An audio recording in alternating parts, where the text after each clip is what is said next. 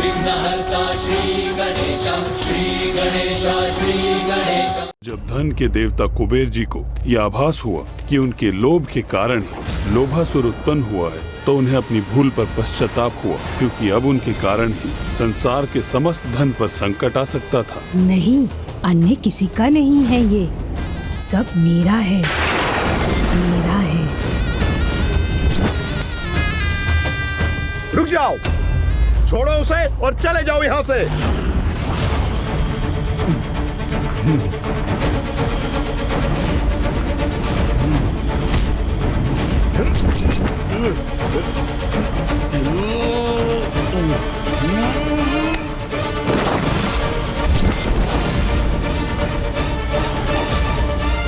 नहीं, छिपाओ मत, छोड़ो इन्हें। आप मुझे ये प्राप्त क्यों नहीं करने दे रहे हैं?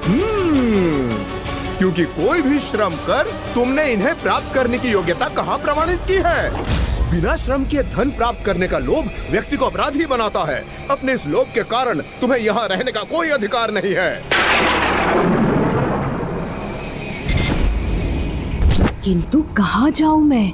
आपसे ही उत्पन्न हुआ, तो मेरा सर्वस्व तो आप ही हो। फिर आपको छोड़कर कहाँ जाऊँ? लगता है ये ऐसे मुझे स्वर्ण मुद्रा प्राप्त करने नहीं देंगे। मुझे इन्हें छुपाकर प्राप्त करना होगा। मुझे नहीं ज्ञात था मेरा धन का लोभ ऐसा भयंकर रूप धारण करेगा। इसका इन मुद्राओं का लोभ बिना उन्हें अर्जित किए इन्हें प्राप्त करने के लिए लालायित कर रहा है इसे। कहीं ये अपने इस लोभ के भाव का विस्तार संपूर्ण संसार में न कर दे।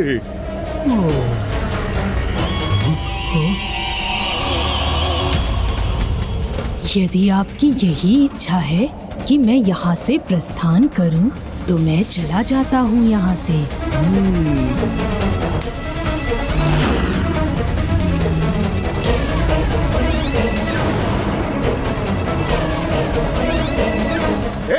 रुक जाओ।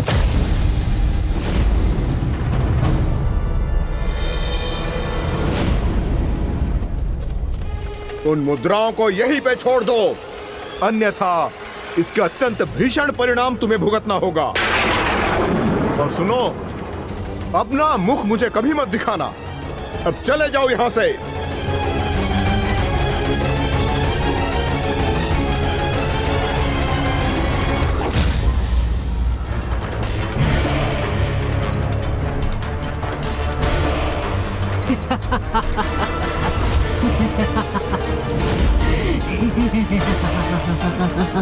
आज तो एक ही प्राप्त कर सका मैं, किंतु शीघ्र इन मुद्राओं का पर्वत होगा मेरे पास। कुबेर जी, जितनी मुद्राओं के आप स्वामी हैं, उतनी ही मुद्राओं का स्वामी तो मैं अवश्य बनूंगा। फिर क्या हुआ प्रभु? वो लोभ एक विकार से उत्पन्न हुआ था और अन्य विकारों के समान निरंतर बढ़ता ही गया। जिस दिवस आपने उसे कुबेर जी के साथ देखा था, कुबेर जी उससे सुधरने का आग्रह कर रहे थे।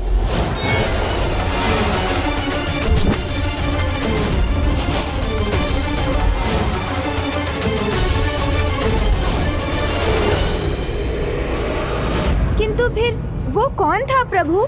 किस विकार से उत्पन्न हुआ था जो उस वृद्धा माँ को उसके व्यसनी पुत्र से प्रताड़ित करवा रहा था? और मैंने उसी को माता पार्वती के साथ संवाद करते हुए भी देखा। वो एक अन्य अत्यंत भीषण विकार, मोह से उत्पन्न होने वाला दूसरा असुर था, जिसने माँ की ममता का रूप धारण किया था। ये वो मोह ही था जो आपके प्रति माता पार्वती की ममता बनकर आपके समक्ष प्रकट हुआ था। ये सत्य है गणेश जी, आपको जन्म देने के उपरांत माता पार्वती का आपके अपनी संतान के प्रति मोह ने उस ममता को उत्पन्न किया, जिस पर स्वयं उनका ही कोई नियंत्रण नहीं था। ऐसी ममता जो उचित और अनुचित का भी भेद भुला देती है। और जब माता पार्वती को ज्ञात हुआ कि आपका शीश आपके धड़ से विलग करने वाले और कोई नहीं स्वयं प्रभु महादेव हैं, तो एक अन्य विकार क्रोध ने उनको अपने वश में किया और फिर ये दोनों विकार अपने चरम पर पहुंच गए, जिस कारण माता पार्वती ने महादेव को ही दोषी ठहरा दिया। उसके शीश को कैसे विलग किया आपने? क्रोध और मोह के विकारों के मिश्रण से ममता ऐसे चरम पर पहुंच गई कि उसके परिणाम स्वरूप जो नकारात्मकता उत्पन्न हुई उसने छोटे कणों के रूप में प्रत्यक्ष रूप धारण करना आरंभ कर दिया। और फिर जब माता का क्रोध भी अपने चरम पर पहुंचा तो उसी क्षण ममतासुर ने अपना आकार लेना आरंभ कर दिया था। आज कोई शेष नहीं रहेगा, सबका संहार करूंगी मैं। पार्वती, वो तुम्हारा ही नहीं मेरा भी पुत्र था। हाँ, ये सत्य है पार्वती कि मेरे हाथ बहुत बड़ा अनर्थ हो गया है, किंतु मैं करता भी क्या, उसने विवश कर दिया था मुझे। हे देवादिदेव, मुझे मेरा पुत्र लौटा दीजिए, अन्यथा मेरे क्रोध का परिणाम सहने के लिए तैयार हो जाइए। और तब जब मां की ममता से उत्पन्न उनका वो क्रोध और बढ़ा तो नकारात्मकता के उन बीज रूपी कणों को जीवन प्राप्त हुआ। मुझे मेरा पुत्र चाहिए, अन्यथा मेरी क्रोधाग्नि सारे संसार को भस्म कर देगी। इस प्रकार मोह विकार के चरम से उत्पन्न हुई ममता ने अपनी पराकाष्ठा पर पहुंचकर असीम क्रोध का रूप ले लिया तो उसने अप्रत्यक्ष रूप से एक नकारात्मकता को उत्पन्न कर उसमें प्राण भर दी। और इसका आभास तब किसी को भी नहीं था। और फिर उस घृणित वातावरण में जिसने अपना आकार लेकर पनपना आरंभ किया वो ममता के नकारात्मक स्वरूप के अतिरिक्त और कुछ नहीं था। और फिर अनेकों वर्षों के उपरांत वही जीव ममतासुर के रूप में प्रकट हुआ और फिर अपने जन्म के उपरांत ममतासुर ने ममता के चरम के उस नकारात्मक भाव का विस्तार करना आरंभ किया, जिसके कारण माता पिता अपनी संतानों को उचित संस्कार सिखाने के स्थान पर उन्हें अपनी ममता से पथभ्रष्ट ही करने लगे, उन्हें विकारग्रस्त होने की अनुमति देने लगे। ये लो पुत्र, ये खा लो। नहीं नहीं खाना मुझे। पुत्र,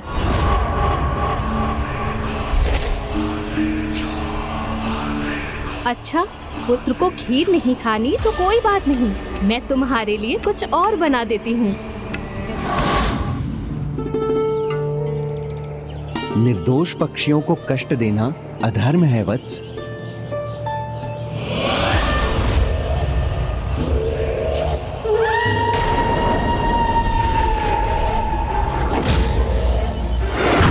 मेरे पुत्र को इस प्रकार उलाहना नहीं दे सकते आप गुरुदेव। इसकी जो इच्छा होगी वो करेगा मेरा पुत्र।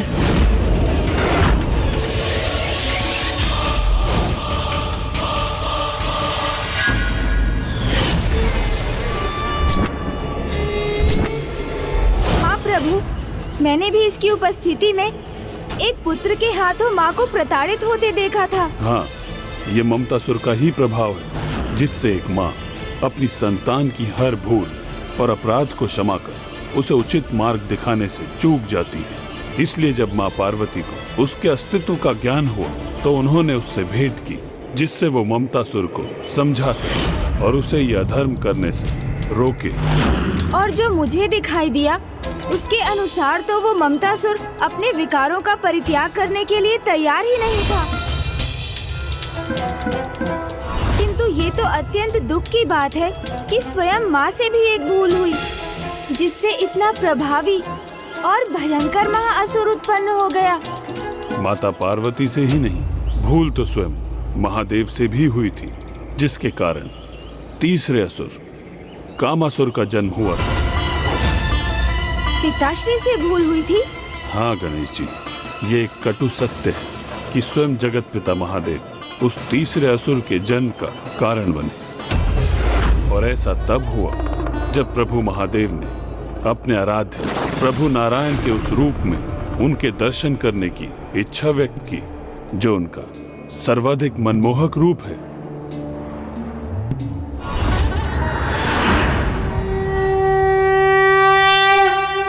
हे नारायण, आपकी मधुर मुस्कान से युक्त आपके प्रभु दर्शन पाकर समस्त संसार को ही नहीं अपितु मेरे हृदय को भी अपार सुख की अनुभूति होती है। और जब इस रूप में आपके दर्शन पाकर मेरा मन इतना हर्षित है प्रभु, तो आपके मोहिनी रूप की मधुर मुस्कुराहट के प्रभाव से तो असीमित दिव्यानंद का अनुभव अवश्य होगा। कदाचित एक दिवस ऐसा अवश्य आएगा जब मुझे भी आपके स्वरूप के पूर्ण दर्शन पाने का अवसर प्राप्त होगा। कदाचित एक दिवस ऐसा अवश्य जब मुझे भी आपके स्वरूप के पूर्ण दर्शन पाने के स्वरूप के पूर्ण अवसर प्राप्त होगा।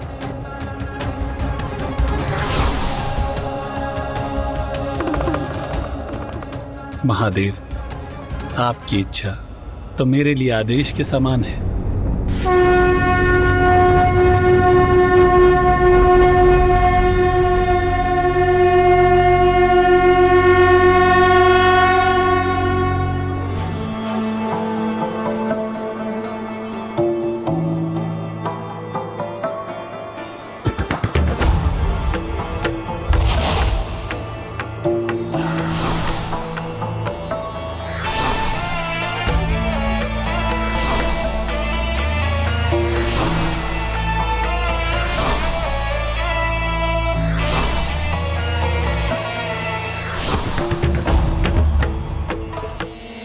आपके इस अनूठे दिव्य स्वरूप के अद्भुत दर्शन प्रदान करने के लिए आपका कोटि कोटि धन्यवाद प्रभु।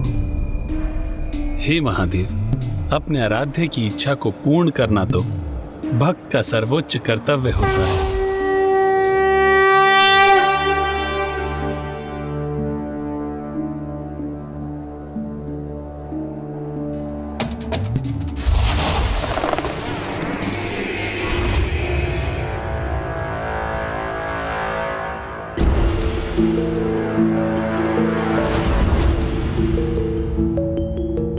प्रणाम महादेव, अब मुझे आज्ञा दीजिए।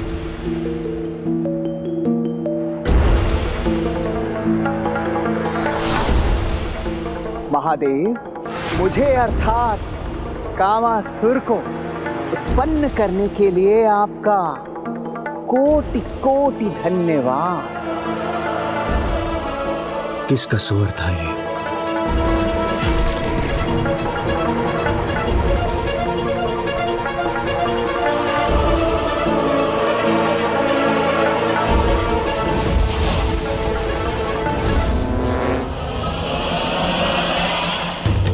ये तो एक बहुत बड़ी भूल का परिणाम है, ऐसी भूल जो जगत के लिए अत्यंत विनाशकारी प्रमाणित होगी।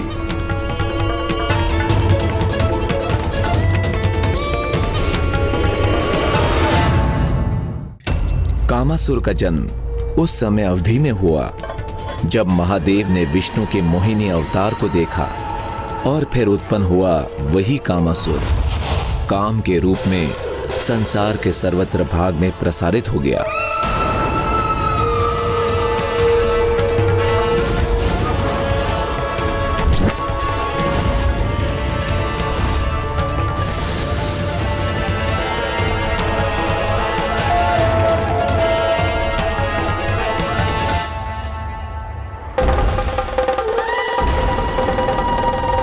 श्रीमान, सब्जी वापस क्यों रख रहे हैं?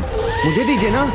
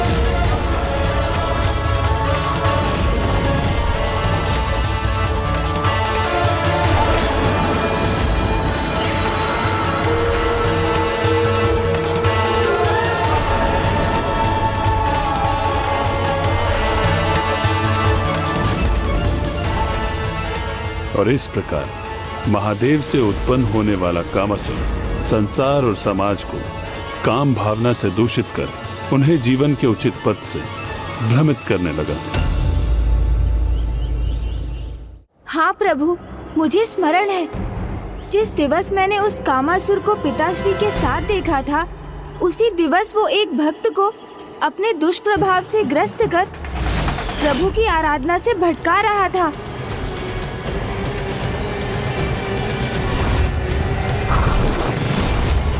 किंतु फिर महादेव का वहाँ उसके साथ होने का क्या कारण था? गणेश जी, उस दिवस प्रभु महादेव कामासुर को यही चेतावनी दे रहे थे कि वो संसार और समाज को अपने प्रभाव से दूषित करना रोक दे। किंतु उसके हाव भाव से तो ऐसा ही लग रहा था कि वो पिताश्री की चेतावनी के उपरांत भी अपने स्वभाव और आचरण में तनिक भी परिवर्तन लाने के लिए तैयार नहीं था। हाँ गणेश जी, विकार एक बार जागृत हो जाए, उन्हें बढ़ने का अवसर प्राप्त हो जाए, तो फिर उन्हें शांत करना अत्यंत कठिन होता है। और ये तीनों भी अपने स्वभाव और आचरण में कोई परिवर्तन लाने के लिए न तो तैयार थे, न ही इसके लिए उन्हें कोई विवश कर सकता था, क्योंकि इन तीनों असुरों का जन्म होने के कुछ समय उपरांत जब प्रथम बार इनकी भेंट हुई तो हम तीनों विकार साकार और आकार तो हो गए। साकार हो गए हैं तो अपना कार्य भी करेंगे। हाँ, करेंगे ना। विस्तार अपने अपने विकारों का।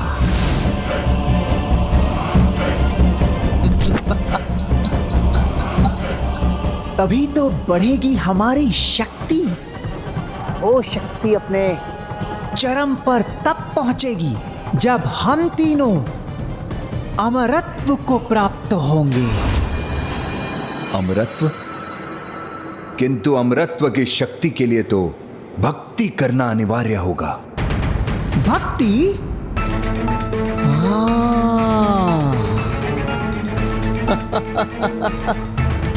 अब समझ में आया कि उस भक्ति को समूल नष्ट करने के लिए सर्वप्रथम हम उसे अपनाएंगे और करेंगे तब घोर तप।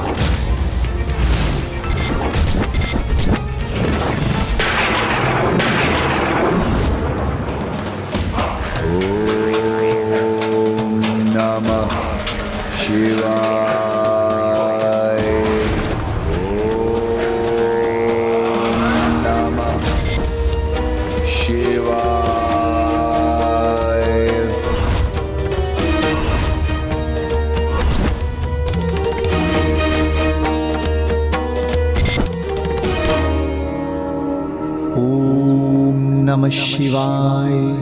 ओम नमः शिवाय। ओम नमः शिवाय। ओम नमः शिवाय। ओम नमः शिवाय।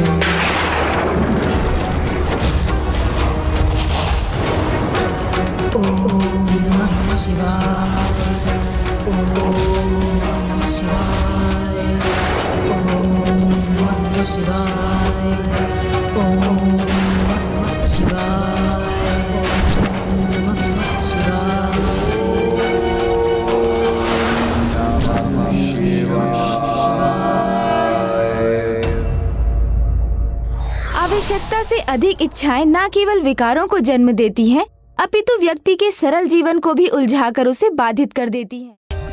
For more updates, subscribe to our channel, click the show links and enjoy watching the videos.